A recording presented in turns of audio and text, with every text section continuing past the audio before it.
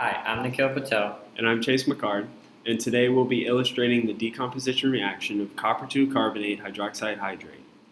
The first thing you want to do once you get to late night labs is bring down a balance from the instruments tab, which will be used to mask the crucible and copper-2 carbonate hydroxide hydrate both before and after the reaction.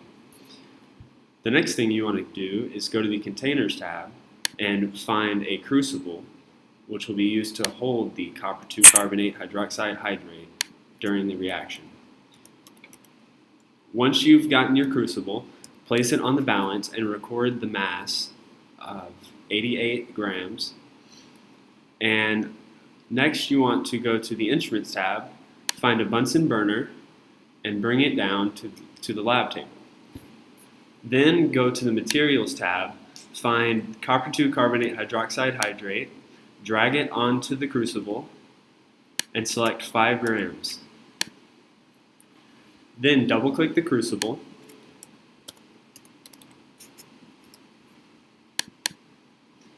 and check the box that says Show Contents.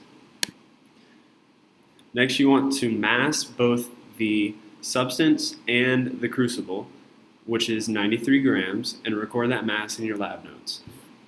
Then you want to drag the crucible from the balance onto the Bunsen burner and turn the knob of the Bunsen burner one time. Once the color of the copper-2 carbonate hydroxide hydrate changes from green to black and gases are released from the crucible, you know that the reaction will be complete. Once the reaction is complete, what you're going to want to do is mask the crucible and the substance after the reaction has taken place, and record the mass of 91.327 grams.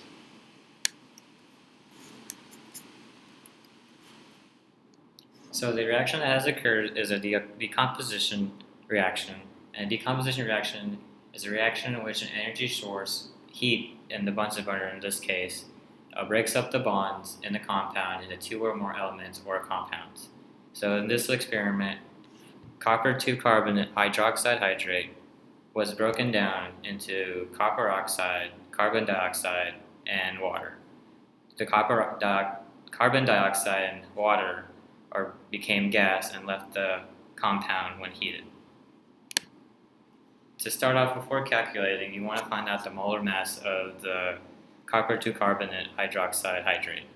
And so you would just multiply 2 times the molar mass of copper, 1 times the molar mass of carbon, 5 times the molar mass of oxygen, and 2 times the molar mass of hydrogen.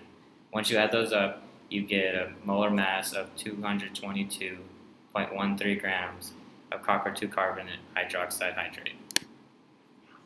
So to figure out your theoretical yield, you take your 5 grams of initial copper-2 carbonate and you convert that to moles, and then you use your balanced equation given in the slide before, which was in a 1-to-2 ratio between copper carbonate hydroxide hydrate and copper oxide, which was formed after heating.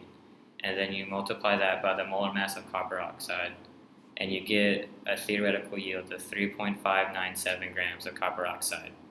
In the reaction in late night labs, we yielded an actual result of 3.327 grams of copper oxide.